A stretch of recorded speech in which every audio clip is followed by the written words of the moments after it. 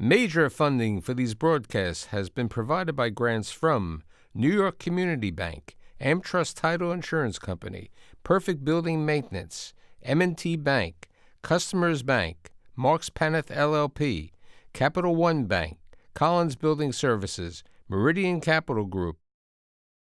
Additional support has been provided by grants from AKA Hotel Residences Corman Communities, Ariel Property Advisors, Amerant Bank, Bank of America Merrill Lynch, Briarwood Organization, Chase Commercial Mortgage Lending, Chase Commercial Term Lending, Citizens Bank, Dime Community Bank, Douglaston Development Levine Builders, Flushing Bank, Friedman LLP, Handro Properties LLC, Handler Real Estate Organization, Hodges Ward Elliott INC, Investors Bank, James D. Kuhn Real Estate Institute at Syracuse University, John Casamatides Red Apple Group, Keysight Capital Partners, Matone Group, New Banks, Newmark Knight Frank, Ocean First Bank, Optimum Window Manufacturing Corp., People's United Bank, Rockefeller Group, Rosewood Realty Services, Stonehenge NYC, SVN CPEX Real Estate Services, Tierra CRG, the Meringer Family Foundation, and these friends.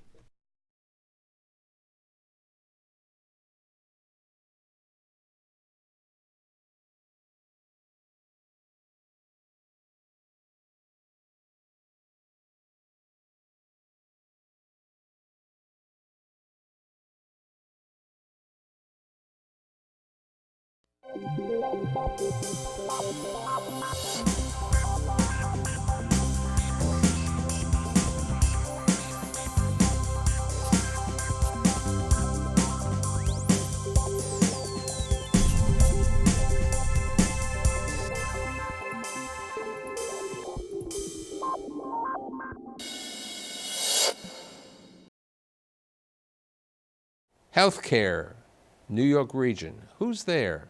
A lot of hospitals, a lot of healthcare systems, but there's one preeminent one who's rated in the U.S. News and World Report in the top 5, who has affiliations with 2 of the leading medical schools in the top 10. It's called New-York-Presbyterian. And today we're going to be talking about transforming healthcare in the 21st century with New-York-Presbyterian. My guests include Laura Faris, who is the Executive Vice President and Chief Operating Officer in New-York-Presbyterian. Rick Evans, who's the Senior Vice President in charge of patient experience at the New-York-Presbyterian. And last but not least, Hillary Shaw, who's Director of Operations at the New-York-Presbyterian. So Laura, since you've brought everybody over here, let's talk about what's happening today. There's a new hospital. There's a new Koch Pavilion Ambulatory Care that opened 2 years ago. There's a new facility that Hillary's going to be involved with, and Rick's very involved with the patient experience. Let's talk about what's going on. Sure. Well, thank you, Michael, for having all of us here today. And we're really excited because New-York-Presbyterian, which is now 10 hospital campuses, as well as this partnership with 2 outstanding medical schools, Columbia and Weill Cornell, we really cover the region. So whether you're in Manhattan, you're in Westchester, Brooklyn, Queens, you can access our services. We think it's critical, though, that as healthcare continues to change, that we're keeping up with all of these changes, that we're adding new facilities, that we're adding technology, and that we're adding program, so that we're really addressing what our patients need in the communities that they live and work in. So we've got a number of things. We've got new buildings going up, we're adding program, we're adding doctors all over the place, and the whole point is really to serve our patients and think about our patients as the customers, the consumers who need our care. So let's talk about the customer, the patient, you know, the red light program that you have. Talk to me about what you're doing over there with the patient experience. Well, we want to make sure that when people come to our hospitals or any of our sites for care, that they're getting care that's responsive, that's empathetic, that they feel cared for as people. But we also want to make sure that they get care that's convenient for them, that works for them in their lives.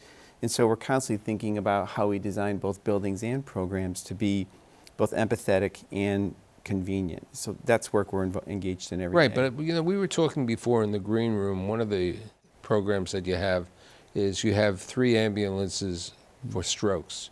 Let's talk about the stroke program. Let's talk about the telemedicine that you're doing in a variety of places, and then we're going to make sure that we talk about what's happening on 68th Street with Hillary. Sure. Well, I'll start by talking about our stroke ambulances.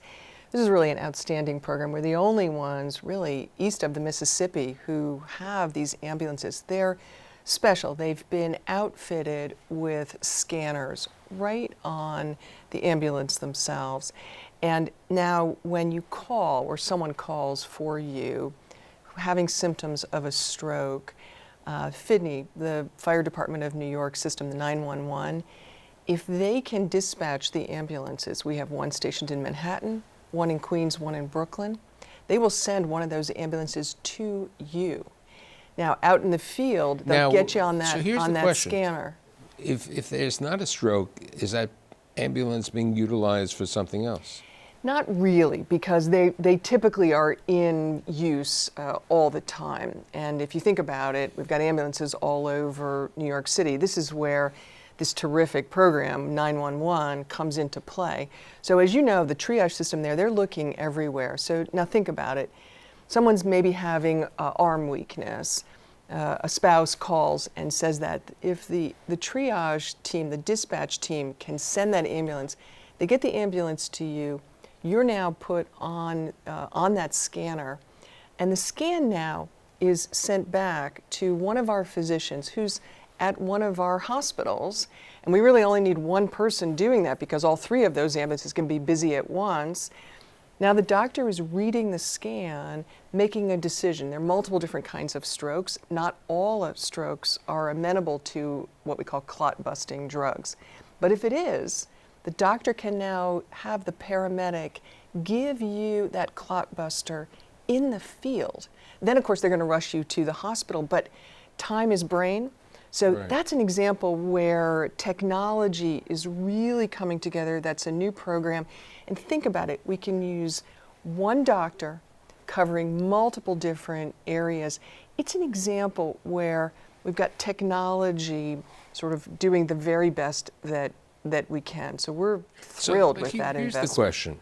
There are, as we would say, we were joking before, it's like the 5 families, the healthcare systems in the New York area, okay, New York, specifically Westchester.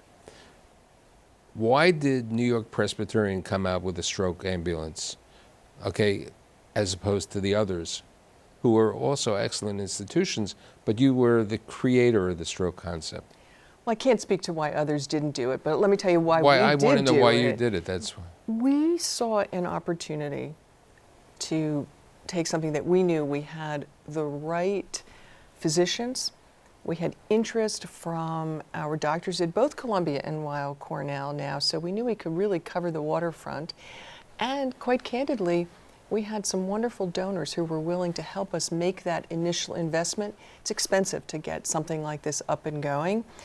You have to outfit just the ambulance itself and put the equipment on it. It has proven to be so successful, and there's nothing like being able to talk to someone who has now had a stroke reversed because we were able to get that in the field. That's, I think, one of the hallmarks that we're so proud of. And as you hear some of the work that Hillary and Rick are focused on, is this partnership with the 2 medical schools, right? We really can take these fabulous physicians, the programs that they're interested in, oftentimes the research that we can bring forward now to clinical advances, and you can do this at 10 right, but hospitals. I think it has to be explained that the physicians do not work for the hospital. They work for the medical groups of Columbia and Weill Cornell. Yeah. Or they work independently themselves also. Yeah, so think of it this way, that we've had these long intertwined partnerships, even before New York-Presbyterian existed, when it was still New York Hospital and Presbyterian Hospital. They always had partner medical schools. So those medical schools, the doctors work in our hospitals, and our hospitals provide the space and some resources for these doctors. So even though not everyone is employed by the same employer, you see tremendous integration, and it's important as we're as we're doing that. Now, we also have the New York-Presbyterian medical groups, particularly as we've gone into the regions and the boroughs, where we have increasing numbers of particularly primary care, working very closely with, again, physicians from both of our medical school partners. Hillary, let's talk about the Koch Pavilion and the new hospital, the initiative program with the Women's Hospital. Absolutely. So about a year and a half ago, we opened up the David H. Koch Center at our 68th Street location, and that's our new Ambulatory Care Center. And next summer, in August 2020, we'll be opening on the top 6 floors of that Koch Center, the new Alexandra Cohen Hospital for Women and Newborns. Both of those programs are a really exciting opportunity for us to grow our clinical services in collaboration with Weill Cornell. I'll start from the top where we'll be opening the Women's Hospital. So that will be a new relocation of our existing obstetric and neonatal services, and it gives us this really wonderful opportunity to expand services that have been capacity constrained, but to create that patient experience that we all are focused on. So there's empathy, as Rick's been talking about, and sometimes we find the physical footprint that we're in may not offer the greatest environment for our patients. So when we open the Koch Center, rather the Cohen Hospital, we'll have all private rooms for our OB patients, and we'll have private and twin rooms for our NICU patients. Now, besides being the private rooms, you're going to be able to have the patient experience. The family member is going to be able to stay there because there's going to be an additional bed and an additional shower and other purposes. That's right. So for all services, it's great when someone's in a private room because their family can stay with them. But in these services, you know, mom has the baby. The ability for the partner to stay over is so important as part of bonding and beginning to grow as a family. And the same for parents in a NICU population. And so that will really change that experience, but I think also that care. And so it's a game changer for us. Also things like great food and beautiful views. I mean, just other things that really enhance the experience. With regard to that, how was the decision made to build a women's hospital? I mean, as we said before, we know that many of the hospitals in the greater New York region have built cancer hospitals, or they've built, children's hospitals, so on. And you have the Morgan Stanley Children's Hospital up on the Presbyterian campus. How did you decide to build a women's? Sure. We were thinking we had some additional space. We were building the Koch Center and knew that we had the opportunity to go up. So the question really became, what would make the most sense there? We've been oversubscribed in a number of different services, but you're right, we already have a children's hospital. We also have a behavioral health hospital. And so said, this would give us the opportunity to think a little bit differently about this experience for moms and babies. And it is something that we could move from its current location on one side of the street and create this facility really focused on the experience. Here's a question which I haven't brought up. You know, the insurance companies at one time wanted people to be in double semi-private rooms. Now you're building a private room. How's the reimbursement? There's no difference. And in fact, you're referring to something that really is kind of outdated. Because now when you're building new, everyone's trying to increase the number of single-bedded rooms. And in fact, New-York-Presbyterian is moving across all of our hospitals to expand that. Just having more space, people are looking for that opportunity. The reality, though, is for us and for most, you can't get there 100% overnight. So we'll continue to do that, but there is really no difference now in the way an insurance company Let's looks at talk that. about ambulatory care at the Weill Cornell campus, which is the new Koch building. And let's also talk about the ambulatory care at Brooklyn Methodist. The ambulatory care facility, the David Koch Center, which is at our Weill Cornell campus at 68th and York, is an example of that, and we're adding now the Center for Community Health in Brooklyn.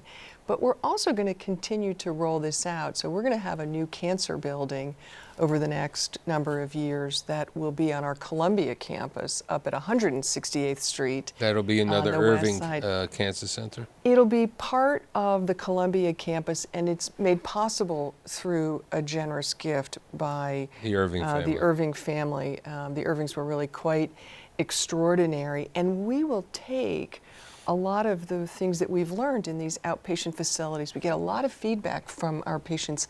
We're very focused, of course, on the experience for them, but also the experience for the doctors, because we want to make sure that these are world-class programs. So it's an opportunity when you're putting up these new buildings to really respond to our patients and families' preferences and desires in a very radical, transformational way.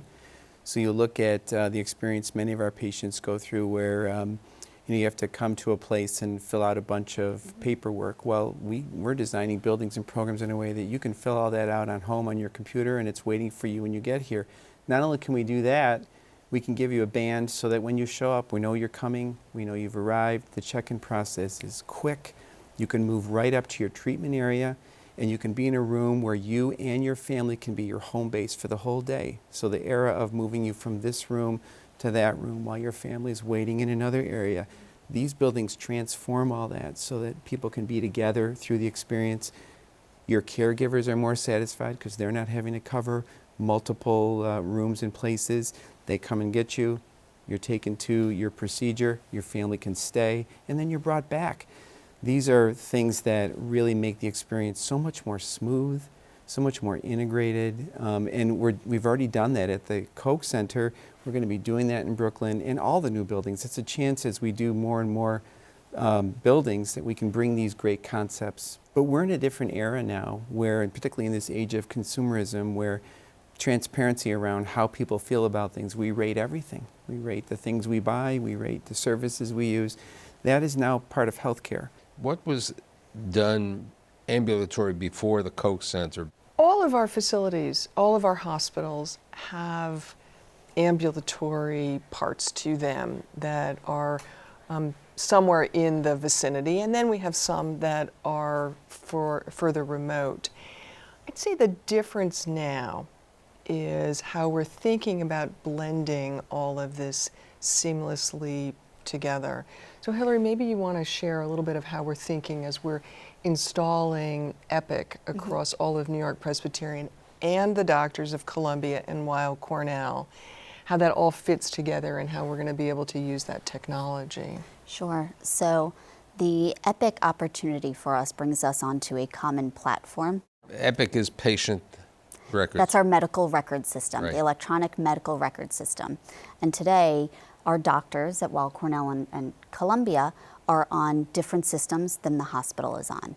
And some of our different campuses are on different systems. So going to Epic in the near future will give us the opportunity to integrate that information across sites. So if you need an ambulatory procedure and you see your doctor in their office, today you might be, documentation might be on Epic, and when you come into the hospital for your ambulatory procedure, that might be documented on a document called Allscripts. So by going to Epic, it gives us seamless ability to share information across our various sites and to streamline the process for our patients. And when we think about our ambulatory center and how we've provided that care, or what's changed since we've opened the Koch Center and what will change when we open up the Center for Community Health in Brooklyn, what we've been able to do is take a look at what works well, and we believe Epic will work well for us, and we've built some platforms in Epic, which is currently live at one of our sites, to learn from that. And so, for example, as Rick talked about our check-in process, that's smooth, you get that information in advance. We've been able to tap into that at the Koch Center and plan to learn from that at the other centers. And what's changed for us, so the way we provided care before we opened up the Koch Center, for example, you might be seen in the same location that an inpatient is seen in, and so there might be some variability to the schedule. And there might be one case is scheduled, one case is not scheduled, and the ability of our ambulatory site to take that care into a new location allows more predictability, more standardization, and the Epic technology will allow us to further that. And here's what's really different about the way New York-Presbyterian is doing this with our two medical school partners. Wherever you are in our system, it's you, it's your record. So any doctor will be able to see that, to pull it forward. You'll be able to see that you'll be able to schedule whenever you want. You might decide you're home on a weekend and you want to make an appointment for one of our doctors. You'll be able to do it through that system. We'll be able to give you information back. It's both going to be great for our doctors who care about the way they're delivering health care, but also for our patients. Let's talk about the Integrative Care, which was a large initiative that you did at the new Koch Center. Yes. So the Integrative Health and Wellbeing Program allows us to provide coordinated, holistic care for patients. So patients who may have a cancer diagnosis or patients coming in for surgery can often benefit from these services. So they include things like massage therapy, Reiki, acupuncture, and we have physicians in this practice. It's a beautiful spa-like setting that can customize a care plan for patients to help them mitigate symptoms of cancer. And in the Koch Center specifically, we have many cancer services, including an infusion center and radiation oncology. And so it's been really nice to offer that in the same location to provide that relief, to provide that clinical expertise in another realm, which is new for us. What's unique about the Ambulatory Care Center? It's going to look a lot like our Koch Center, where we're taking all the things that Hillary and Rick were describing and we're bringing it to Brooklyn. This has been really important for us, that as we've expanded in Brooklyn and Queens, as well as Westchester, the idea is not to bring patients into Manhattan, it's to provide appropriate services for them there. So we'll have ambulatory surgery, endoscopy, we'll have cancer services, we'll have services for women. It's an outpatient building combining all the best of our technology as well as program. Let's discuss the telemedicine program, because you're a little different than some of the other institutions. You're geared to a specific telemedicine as opposed to urgent care centers and so on. For us, this is about using technology in a way that furthers the experience and also the quality of care. So in a way, telemedicine is part of what I was describing with our stroke ambulances, but it's so much more. We're using it in a variety of different ways to make it easier for patients to access our care.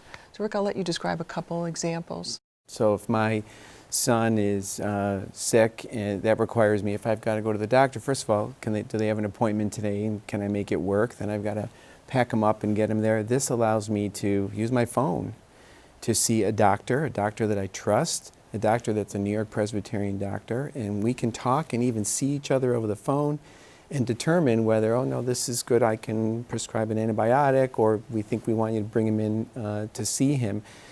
Our patients are increasingly telling us that they like that the hospital is there, but they don't always want to have to come all the way into the hospital. They want to be able to get these Right, and they services don't want to spend 2 hours in the emergency room Sure. before anything is done. And we have countless stories of how this has done everything from certainly make things more convenient, but also some pretty remarkable interventions that made a huge difference in some of our patients' lives. So even things like someone's now going home.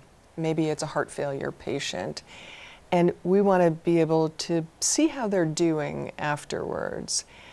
Now, we already have the technology. They can get on a screen.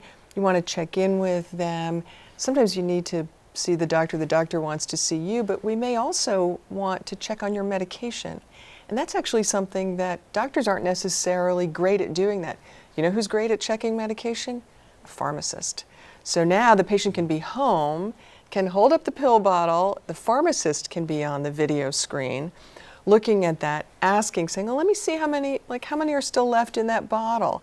And you can do that, you can do it in someone's language, whether it's English or Spanish or another language. It's kind of bringing that to the home. And we can even do what we're calling tele-paramedicine, where one of our paramedics, I've spoken about how terrific our ambulance teams are already, you can have one of them out in the field checking on someone, maybe doing monitoring of heart. We may be able to do that monitoring remotely, but they may need to do something right there. People don't realize that telemedicine has been utilized a lot for a lot of dermatology. Yes. And in addition, psychiatry and social work.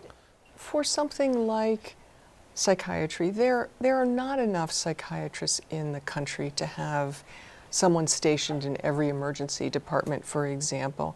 We've got large hospitals, and so we do have some of our busiest emergency departments where 24/7 we have psychiatric services. But in one of our smaller hospitals, the ability for the psychiatrists now to connect with that patient and with the doctors who are on site, that just makes so much sense rather than having to wait for someone the next day to get there. But even more, this is an interesting issue with psychiatry. We think that there's an interesting phenomenon now that this may expand psychiatric services, mental health services, because the whole stigma even of having to go to visit a doctor's office, if you can just get right on screen and talk to someone, we're excited about that. And there's research being done, again, by both of our medical schools, the psychiatry department sort of thinking about how are we going to expand, because mental health services are such a huge issue for us across the United States. And we've got big services, but there's more patients that we want to be able to care for. So in conclusion, I think my apple is shiny because we have New York-Presbyterian here. We have really other good medical centers also, medical facilities. But I think New York Pres is truly trying to transform the healthcare. I'd like to thank Laura, Rick, and Hillary, and I'll see you next week.